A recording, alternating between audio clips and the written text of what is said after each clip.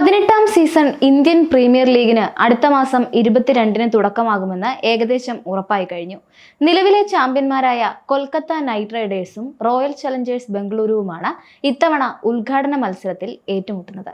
Kolkata night റൈഡേഴ്സിന്റെ home ഗ്രൗണ്ടായ Eden ഗാർഡൻസിലാണ് ആദ്യ മത്സരം. May 25-ന് നടക്കാനിരിക്കുന്ന ഫൈനൽ മത്സരത്തിനും ഈഡൻ ഗാർഡൻസ് തന്നെയാണ് വേദിയാകുന്നത്. സഞ്ജു സാംസൺ നയിക്കുന്ന രാജസ്ഥാൻ റോയൽസിന് ഇത്തവണയും 2 ഹോം ഗ്രൗണ്ടുകളുണ്ട്. ജയ്പൂരിലെ സവായ് മാൻസിംഗ് സ്റ്റേഡിയത്തിന് പുറമെ അസമിലെ ഗുവാഹത്തിയിലുള്ള ബർസപുര സ്റ്റേഡിയത്തിലും രാജസ്ഥാൻ റോയൽസ് ഇത്തവണ ഹോം മത്സരങ്ങൾ കളിക്കും. കഴിഞ്ഞ സീസണിന് സമാനമായി രാജസ്ഥാന്റെ 5 ഹോം മത്സരങ്ങൾക്ക് ജയ്പൂർ വേദിയാകുമ്പോൾ 2 മത്സരങ്ങളാണ് ഗുവാഹത്തിയിൽ നടക്കുക.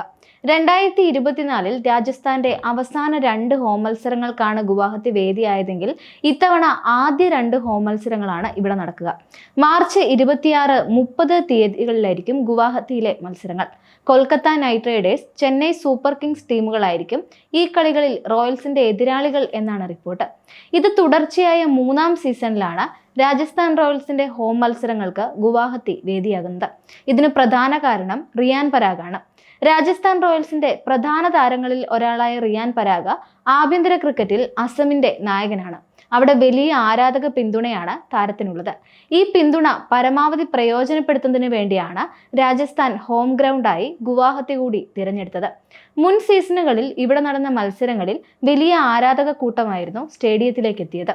എന്നാൽ ഗുവാഹത്തിയിൽ അത്ര മികച്ച റെക്കോർഡല്ല രാജസ്ഥാൻ റോയൽസിനുള്ളത്. 2024-ൽ ഗുവാഹത്തിയിൽ നടന്ന ആദ്യ ഏകദിനത്തിൽ രാജസ്ഥാൻ റോയൽസ് പരാജയം നുണഞ്ഞപ്പോൾ 2ാം മത്സരം മഴയെ തുടർന്ന് ഉപേക്ഷിച്ചു. ഗുവാഹത്തിയിൽ കളിച്ച 4 ഹോം മത്സരങ്ങളിൽ 1-ൽ മാത്രമാണ് സഞ്ജുവിന്റെ സംഘം ജയിച്ചിട്ടുള്ളത്. ഗുവാഹത്തി രാജസ്ഥാൻ റോയൽസിന്റെ 2ാം ഹോം ഗ്രൗണ്ട് ആകുന്നത് പോലെ ധരംശാല പഞ്ചാബ് കിങ്സിന്റെ 2ാം ഹോം ഗ്രൗണ്ട് ആകുമെന്നും ഉറപ്പായിട്ടുണ്ട്. ഹിമാചൽ പ്രദേശിലെ ധരംശാലയിൽ ഇക്കുറി 3 മത്സരങ്ങൾ നടക്കുമെന്നാണ് സൂചനകൾ.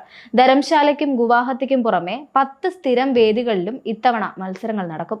അഹമ്മദാബാദ്, മുംബൈ, ചെന്നൈ, ബംഗളൂരു, ലക്നൗ, മുല്ലൻപൂർ, ഡൽഹി, ജയ്പൂർ, കൊൽക്കത്ത, ഹൈദരാബാദ് എന്നിവയാണിത്.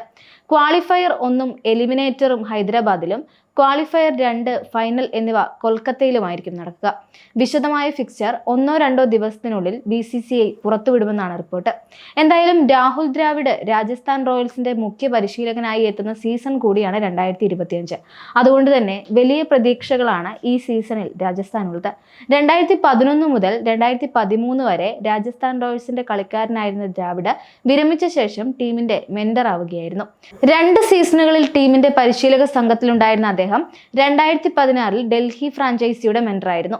ഇതിനുശേഷമാണ് BCCIയുടെ പരിശീലകനായി അദ്ദേഹം മാറിയത്.